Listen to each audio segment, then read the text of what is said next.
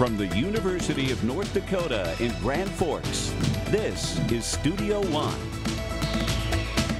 Hi everyone and welcome to Studio One. I'm Tasha Olson. And I'm Biernat.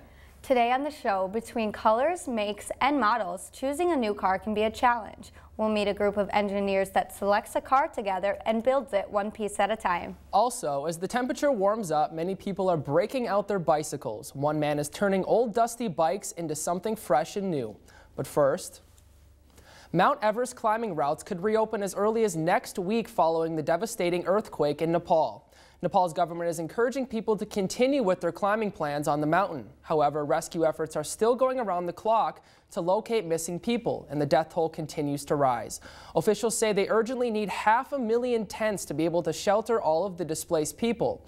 Aids such as hygiene kits, tarps, tents, and water purification tablets are being flown in to help the relief effort. A trailer of unique cargo tipped over on a California highway after it got a flat tire and went up an embankment. Officials say 3 sheep, 2 pregnant cows, and a dog were inside the trailer. The sheep and the dog were removed easily, but the cows had to be hoisted to a safety by a crane. One of the cows was in distress and taken to a veterinarian. The driver of the truck pulling the trailer was hospitalized in serious condition. Many athletes enjoy intense workout sessions, but what they don't enjoy are the sore muscles that follow. One common dairy drink can help prevent that problem. An article from the Washington Post says chocolate milk can help replenish muscle tissue and can lead to a shorter recovery time. The extra carbohydrates in chocolate milk are what make the drink so effective. The carbohydrate to protein ratio, and chocolate milk it has the perfect ratio of that. White milk doesn't have that. Nutritionists say the ratio to shoot for is 4 grams of carbs to 1 gram of protein, but if you're not a chocolate lover, you can add those carbs by mixing a banana into your milk. The United States military is full of rich traditions, some more colorful than others. American soldiers are no longer limited to the number of tattoos they can wear.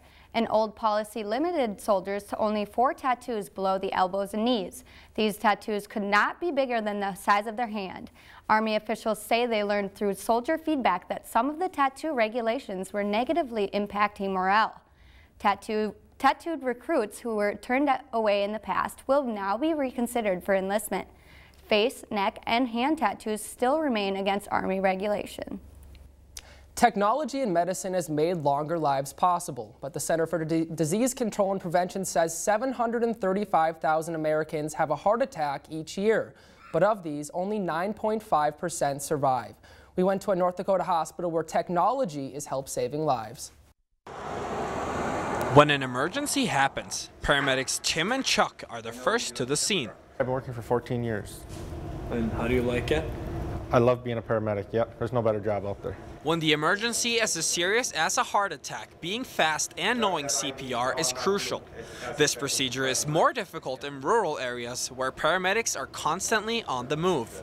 When we're out in the field, everything is mobile. So if we have to take the patient from the ground or the floor where they're at to put on our cot to move them to the ambulance, we have to stop CPR to do that. We can't be pushing on a patient while we're lifting the patients. One new piece of technology is revolutionizing CPR, making it more effective and doing what paramedics can't.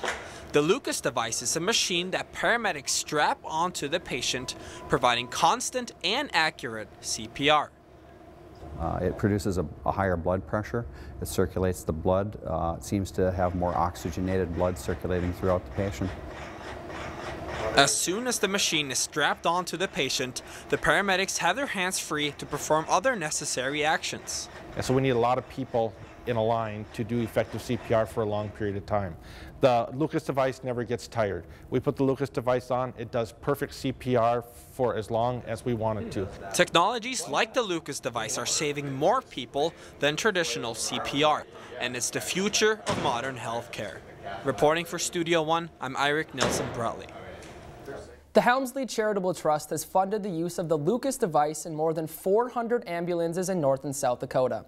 More information can be found at lucas-cpr.com. And that's the news for now.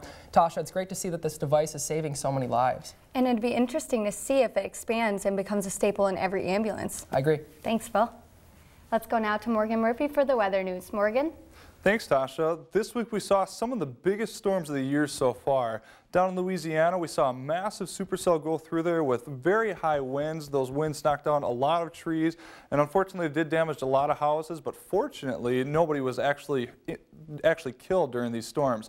What you'll see here is those winds actually knocking over a train on an elevated track, and you'll see a large flash there. That's actually the power lines getting knocked down. Again, nobody was seriously hurt there. Over in Dublin, Texas, though, we did see another supercell go through there with softball-sized hail, and the people that actually saw this tornado here said that it was about a half a mile wide to a mile wide in some places. By far the biggest tornado we've seen this year so far, but again, nobody was seriously injured or killed in those storms. In the Midwest, though, it's a different story, just because we're in such a drought right now. Because we have such dry air, we're seeing these temperatures change so rapidly. So we'll take a look at the upper Midwest here in the Red River Valley. We're seeing afternoons, we're seeing a nice pleasant 60 to 58 degrees, but as we go into the nighttime hours, we're seeing them drop down sometimes to the lower 40s, upper 30s. As we go into the next day, though, we're seeing it go all the way back up to that 80 degrees. Everybody's outside, everybody's having a good time, and it's just so much fun when it gets up to that warm after a long winter. But then they're going to go right back down at nighttime, another 30 degrees. And what's actually causing this is twofold. One is the actual amount of moisture in the air. And this is our dew point map here, and we'll use Grand Forks as a reference right here. And you'll see all this blue here. That basically means there's not a lot of moisture in the air. It's a very low dew point. As we go in through the nighttime hours into the next day, you'll see a little bit of green here with a storm passing through there, but that's just going to be a couple showers. The majority of it's going to stay pretty dry, and that's what's causing the fluctuation in temperatures, because moist and saturated air can hold on to energy longer than dry air can, which is why the dry air is losing the energy and going up and down in temperature so much. The other thing is basically the cloud cover. Now, it's a beautiful day outside. Everybody's outside enjoying it. There's no clouds, not a cloud in the sky right now. But as we move into the next couple days here, you're going to see the exact same thing. It's staying pretty clear. And that's basically allowing all the energy on the surface to go back in the atmosphere, because none of the clouds are actually holding it at the surface. And the National Weather Service actually gives us a pretty good graphic to see what's actually going on as far as the humidity to temperature goes. Right here you can see Grand Forks. The temperature's going up and down like a roller coaster ride. You'll see right at the top there, you'll see about 4 o'clock in the afternoon. But the humidity down here is staying below 20% all throughout the day. Whereas over in Tampa Bay, Florida, it's going to stay pretty humid all day, and that's going to keep the temperatures pretty much the same. Now, I know we've got our eyes set on summer and those warmer temperatures, but before we put that snowblower away, there's a few things you should know. In this quiet suburb garage works a master of small engines. Joe is otherwise known as Joe Fix-It. It's his business to fix and maintain small machines throughout the year. I change oil once a year, plug once a year, air filter once a year. That's a cheap fix. He says those 3 basic things can keep your small engine running for years to come. One of the problems with an engine, like a snowblower, is that they often sit. If you want to leave that snowblower with fuel, you don't want to mess with the hassle of taking it out. Run it 5 to 10 minutes every 3rd week. But if you just leave the blower sitting in the corner of your shed all summer, it can create what he calls varnish. That's what happens when our fuel develops water in it, and it just sits there, and then it breaks down, and then it deteriorates, and then it starts to get syrupy. Joe adds a fuel additive that can stop condensation buildup that the fuel creates each time he fills up. So with these helpful tips, your mower or blower sitting in the corner of your shed will continue working no matter the season. I'm John Bommelman reporting for Studio One Weather. Now, I know winter's a long ways away, but if you follow those quick tips, you'll be thanking yourself when the first snow falls. That brings us to our weather question of the week. Why do you often find rice in salt shakers in Florida? And Tasha, I know this sounds like it has absolutely nothing to do with it, but it does relate to what we were talking about before. All right, thanks, Morgan. Let's go now for a story about a creative cyclist. Will? All right, thanks, Tasha. USA Today reports that the amount of people biking to work has increased 60% in the last decade. One North Dakota man not only does this year-round, but does it in style. Nick Thompson has passion and creativity running through his bones, but bicycling has his heart. Every day he strives to put his personal touch on anything he does, with his bike by his side. I originally started riding bike on my mom's bicycle, and then decided that it was time to upgrade and bought myself a bicycle, and have fallen in love with it since then. Nick is seen every day around town, either biking to campus, to one of his multiple jobs, or to run errands to personalize his transportation of choice. I enjoy restoring bikes simply because it's like an escape. It's almost like riding bike for me. Nick starts his process by finding a vintage bike that he wants to bring back to life. He looks for them anywhere from garage sailing to dumpster diving. He then takes every last bolt apart to begin the restoration process. What really got me into it was my dad restores vintage boats, and the boats wasn't necessarily my specific area of interest. You won't catch Nick riding a variety of bicycles, though, because a lot of his projects are now in the hands of his loved ones. I do sell some of them, like basically for my friends, or give them as gifts to like my really close friends. So whether it be the races Nick cycles in or the bike he rides, Nick does what it takes to keep his heart rate up and his creative ideas cruising. Reporting for Studio One, I'm Morgan Goulding. Nick bikes up to 30 miles a day. In the past summers, he has only had to fill up his gas tank once. And that's the sports story for today's show. Tasha, I bet he saves so much money in gas. Yeah, and it's cool that he's following his father's footsteps, doing kind of the same thing. I agree. Thanks, Will. For some people, cruising down a highway going 80 miles an hour can be nerve-wracking. Coming up, we'll talk to two men who drive that fast in a car they built from scratch.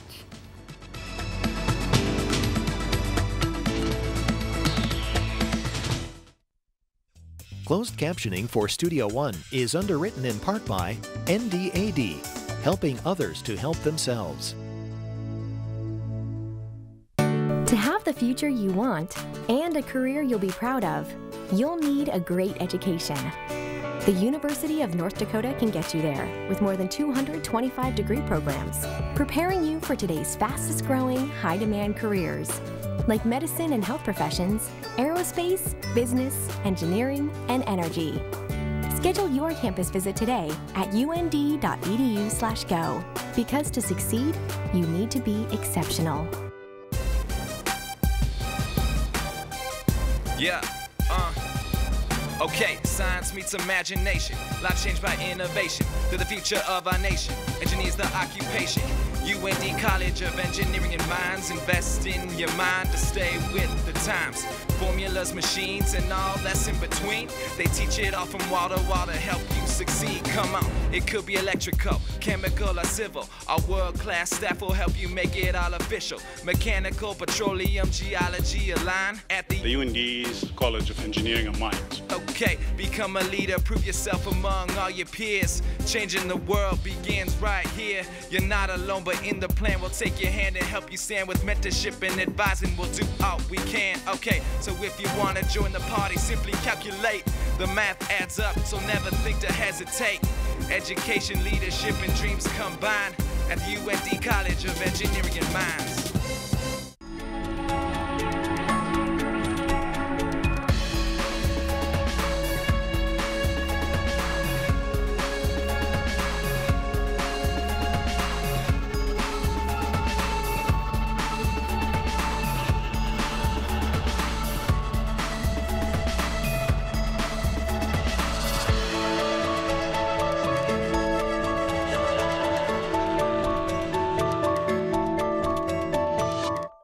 Closed captioning for Studio One is supported in part by the Listen Center, enriching the lives of people who have intellectual disabilities with choices in community recreation.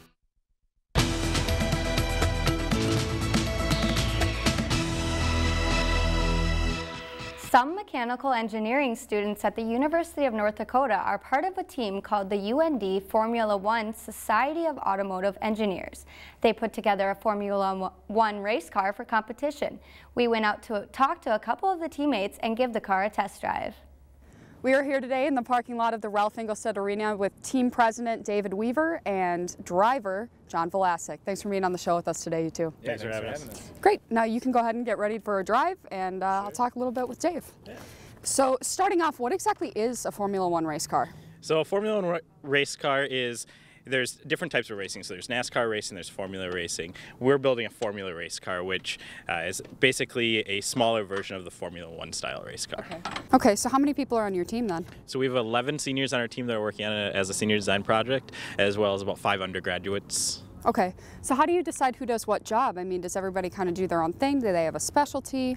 So we try and break down into 4 different groups. So we've got our engine group, our intake and exhaust group, our chassis group, and our suspension group. And of those 11 members, we break down evenly throughout the groups. Okay, so tell me a little bit about the process of building the car. So basically we start from the beginning.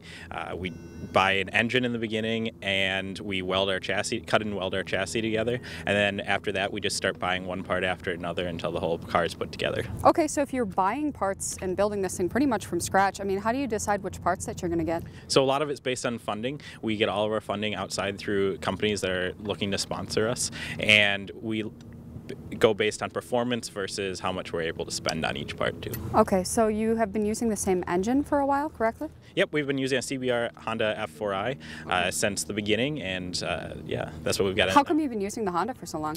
It's just a lot of what we've had experience using through our team, as well as a lot of the other teams that race in this competition have used this and found it as a good engine. Okay, so now you guys have been building this car for about 2 years or so, if I believe, or I think that's what you talked about earlier, 2 years. So do you go to the competition every year? Have you gone before? Have you not? Is this a new thing? So some years we go every 2 years, some years we go every 1 year. It just kind of depends on how the car is coming along. This is a 2-year car. So the last time we raced was in 2013, and we placed 37th. Was that your best? I believe that was our best, yeah. Great. What you shooting for this year? With our testing that we've been doing, we're thinking we can get it under 25 for sure. Cool. So how fast does it go? Typically, we're looking at about 80 miles an hour if we're in a completely wide open space. Wow. All right, well, let's give it a test drive. Sounds good.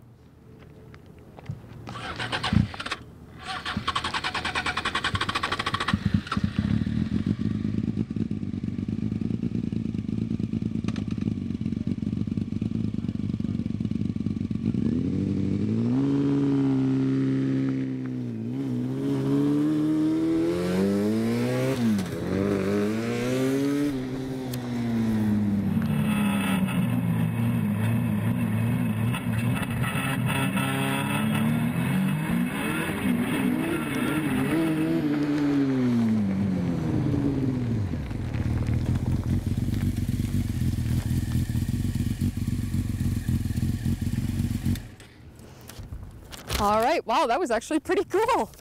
How fast do you think you were going? Probably 30 or 40 miles an hour. 30 or 40, and it can go about 80, right? Absolutely, yeah. So how do you decide who gets to drive this thing? So we have 4 different racers for competition due to the competition rules. Mm-hmm. Okay, and it looks like it's kind of short. I mean, is there qualifications for who gets to drive it? No, we look for people who are able to drive a manual and a racing background if possible, yeah. Okay, so how much do you test drive this thing before the competition? As much as possible, you know, on any nice day we get it. Great. So do you get nervous about driving this thing? I mean, you're going pretty fast. If you're going 80 miles an hour, it has to be a little scary, right? Sure, I mean, on occasion, anyone would, but it's, you know, you fight through it and have a lot of fun with it. Exactly, exactly. Great. All right, well, best of luck at the competition. Yeah, thank you very much. All right. All right, now Dave, I just have a couple more questions for you. So obviously building the car isn't cheap. Where do you get all your money from? I know that you said that you do a little of fundraising, but do you get any from the university or anything like that? So the department and the School of Engineering and Mines donate some for our competition costs as well as some of our travel fees, but most of it comes from outside companies that are coming in. They're typically looking to hire engineers from our school, and so they want to get their name out there to all the engineers. Awesome. So is this what the car looks like? I mean, when you go to competition, does it have anything else on it, or is that what it looks like? So when we go to competition, the body will be on it, so we've got a carbon fiber body that we made, and there'll be all of our sponsors' logos around it too. Great. So last question is, I mean, what is the team's favorite part about all this? Is it building it, going to the competition? What is it? You know, really, the competition will be great, but getting out and testing every day in a wide open space and getting up to that 80 miles an hour is really the best part. Great. Thanks for being on the show with us today. Definitely. The team said building the car cost around $30,000. That's not including some of the parts that were donated. They'll race the car in a Formula One SAE race in June of 2015. Coming up, cultural heritage can be expressed in a variety of ways. We'll meet one mother-daughter duo that remembers their roots through footsteps and tribal wear.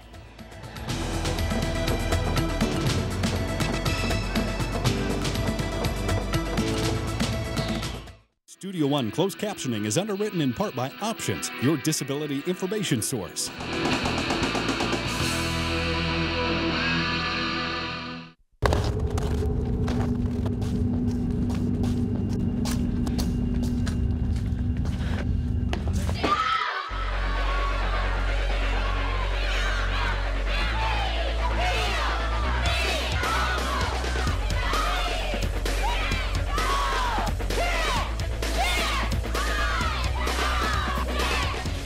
It's not the size of the woman in the fight.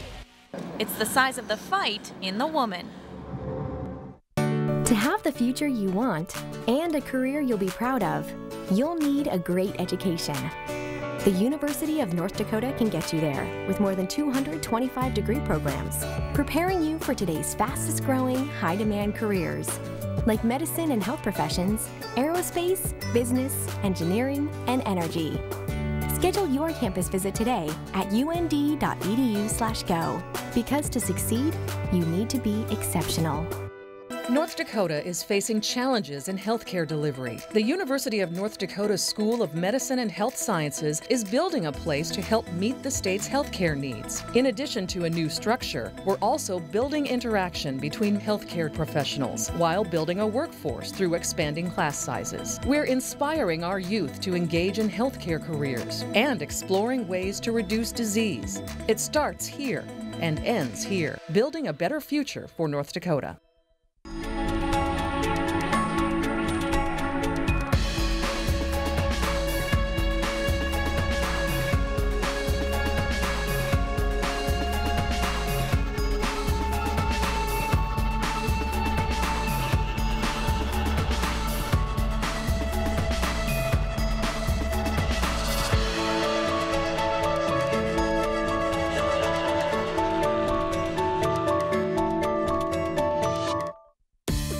Others live to their full potential, improve clients' mental and physical well-being, excel in one of the top healthcare careers of the future.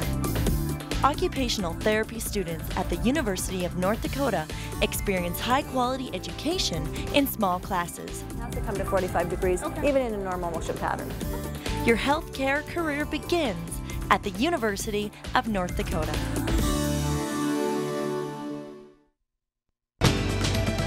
If you would like to attend a live show, go to our website at studio1.und.edu. The Avengers are back, and this time they're trying to save the world after one of Iron Man's projects goes wrong. In the Avengers Age of Ultron, the team works together to defeat a robot with artificial intelligence. The AI was locked inside a scepter, but Tony Stark releases it to create a global defense program. What he actually creates is Ultron, who believes he must eliminate humanity to save the world. Tony has turned his attentions more toward a bit of a post-Reagan era Star Wars type notion, and he likes to call it Ultron. The movie was filmed in locations all around the world, including South Africa, Italy, and South Korea. While shooting in South Korea, producers attached cameras to drones and race cars in order to get unique angles. The Avengers Age of Ultron opens May 1st with a PG-13 rating. For all the adults who ask for a kids menu just so they can color, there's good news. Recent studies show that this nostalgic activity can actually be healthy. Psychologists say coloring books help reduce stress by engaging multiple parts of the brain. It allows adults to use their imaginations and be creative by focusing on the lines, movements, and colors in front of them. We wanted your thoughts on which pastimes you use to relieve stress. Sit on the roof and write in a notebook. And I like to go swimming and journal and play with them outside, get fresh air. I run or exercise, then it gets all the endorphins going. You feel a lot better. Gives you time to think about what you're stressed about. Sitcoms, I guess, for an example of, it's really good to get some chuckle out that, I guess, watching something funny helps me release stress mentally. To relieve stress, I'll take a nap, or I'll come to a coffee shop like this and, I don't know, get a coffee. Sometimes I'll just go shopping, avoid the stress. I really enjoy getting outside, riding bike, going for runs. Something I grew up doing and continue to do through high school and college. A comment from Facebook from Jody in Hickson, North Dakota says, doing jigsaw puzzles, they are addictive. Debbie from Blaine, Minnesota says, riding bike, great stress reliever. To be out in the great outdoors is amazing. Family gatherings have been a tradition for hundreds of years. We found one colorful group that comes together to make a lot of noise. Food family, friends, and fun make for an exciting day in Grand Forks. With all of the beautiful colors and smiling faces, there are high spirits all around. We like to come here. It's a nice little powwow. We know it supports the Native students that are here at UND. Kella and her family attend the Wacipi every year. It's the first powwow of the season. We do it all summer long, and we love it. They're our family. We consider them our powwow family. Kella and her daughter Lily both compete in traditional dance events. As satisfying as winning can be, Kella's main goal is for her daughter to relax and enjoy the moment. I always tell her to go out, have a good time, spin, smile, not be nervous. On this particular day, Lily is performing an exhibition. And that's when all of them dance together and you get a little bit of points. With familiar faces all around, Kella says she looks forward to coming every year to see her powwow family. It's exciting to see how much my children have grown, how much they've learned. Kella and her daughter attend many powwows every year, but Lily's favorite part has always remained the same. Dancing, because it gets your energy up and it's fun. Energy and fun that keep these traditions alive. With photographer Eirik Nielsen Bratley, I'm Kari Strandberg, reporting for Studio One. The Wacipi, which is the Lakota term for celebration, brings together as many as 25 drum groups and 400 dancers to UND every year. Thanks, Phil. Now Morgan joins us in the studio with a final look at the weather. Morgan? Thanks, Tasha. This week we're looking at getting a break from that cold weather. The whole United States looking pretty warm except for the Southwest, but they might actually like it a little bit cooler down there for a change. Moving over to precipitation for this week, we actually might see some drought breakage throughout the next week here with some thunderstorms down in the south there and pretty much throughout the whole United States. The upper west coast there staying a little bit drier than normal. That brings us back to our weather question of the week. Why do you often find rice and salt shakers in Florida? And it's because the salt will actually clump together and the rice will take the humidity right out of the air. That's interesting. I never would have thought. Thanks, Morgan. And that's our show for today. As always, you can follow us through social media or get more information on our website. From all of us at Studio One, have a great week. See you next time.